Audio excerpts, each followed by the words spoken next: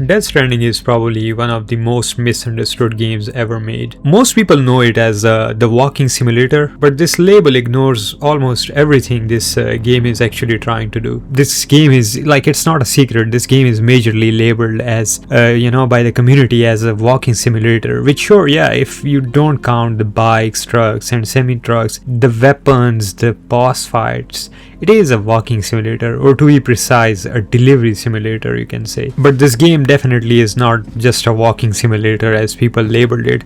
The first game did have some flaws, yes, especially combat wise. It felt fitting but unrefined, and still by no means is this game a walking simulator. Like, you can't just call it that. Okay, so the second question is why this game is so divisive. We know this game is built around Kojima's vision. It wasn't designed to appeal to everyone, basically, the goal wasn't that. Unlike many modern AAA games they are shaped by market research and broad accessibility. Like, people, they target larger audience. Death Stranding goes in the opposite direction. So basically it expects players to meet the game halfway instead of constantly adapting to the player. So it's like a completely opposite strategy for a game like for a AAA title like that. For example, unconventional storytelling, weird dialogue, strange concepts, long cutscenes, all of that. Another major thing is that it's a brand new universe, so no familiar rules. Original IP means the game has to explain everything: new lore, new terminologies, new words, new rules, new consequences, everything. This makes the opening feel overwhelming for some individuals. So as a player, you constantly hear these words: BTs, dooms, BBS, the beach, void outs. Like, without any context, you are facing all this information from the game, like even from the beginning. So the fourth major point is it's quite funny actually, but the point is it doesn't fit into any genre. Yeah, it's like, why walking simulator is misleading? Because people reduce the game to walking. Like they are ignoring there is route planning, there is weight management, balance mechanics, terrain navigation, like there are tons and tons of things. You have infrastructure building, vehicle progressions, combats, you have stealth, source management. Walking is simply the core mechanic, not the only mechanic, and people reduce the game to only walking. It's exactly like calling the Dark Souls as a rolling simulator. Technically true, but misleading the point, Okay, so another major factor is traversal is the gameplay in this game. One of the biggest design philosophies. Like, normally in games, travel equals to downtime. Death Stranding says no.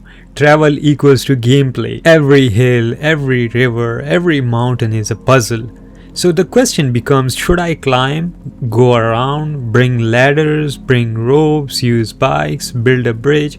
Like, all of these questions, the journey is the challenge actually. One more major factor is the beginning is actually the hardest part of this game. One criticism that is completely fair, to be honest. Like, I'm with the people on this one. In the early game, you have weak stamina, you have few tools, you have no vehicle, your equipment limit is very low, you have low carrying capacity also, especially wind farm delivery. Many players almost quit there. Ironically, the game becomes easier as you unlock skeletons, roads, trucks, zip lines, better weapons. So the hardest first impression happens before players see what the game eventually becomes. Let's talk about the biggest criticism about this game is the pacing problem, and I'm with the people on this one.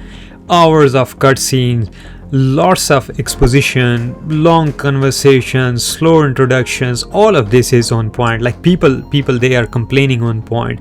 Some players spend an entire evening without actually playing very much. I mean, if you are a busy person and you are someone with only 1 hour after work, this can be frustrating. Like, it's a real issue. Okay, so combat isn't bad, it's just not why most people play Death Stranding for. Some may enjoy it, some may tolerate it, some wish it barely existed.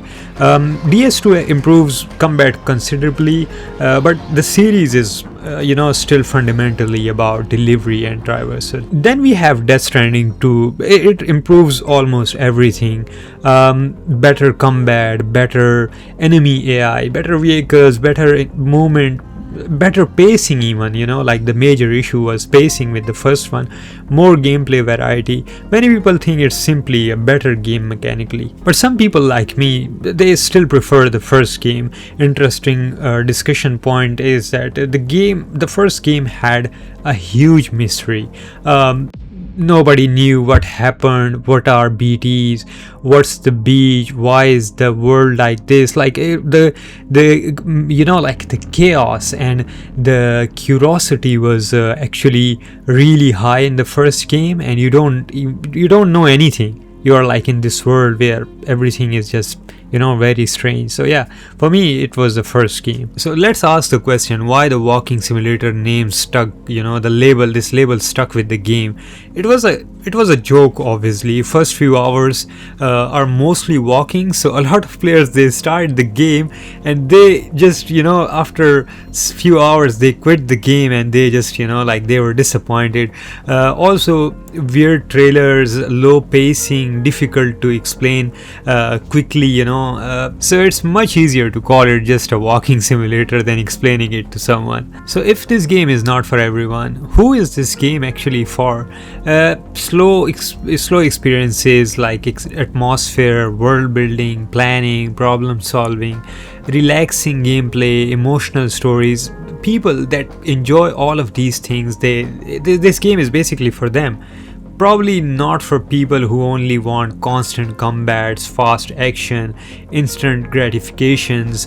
These people are just, a God of War player can't be a Death Stranding lover, like the odds are very slim. I am a fan of both games. This was just an example to make you understand. My final thoughts are that Death Stranding isn't misunderstood because people don't get it.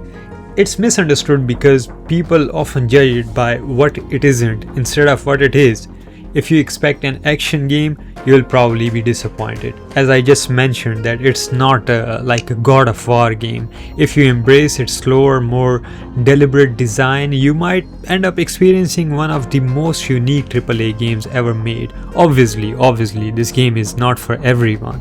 So before going, my question from you is, do you think Death Stranding deserves the walking simulator label? And if you are already a fan of this franchise, do let me know in the comments that would you which one do you prefer, like Death Stranding 1 or Death Stranding 2? Thank you for watching, take care of yourselves, and I'll see you in the next one. Thank you.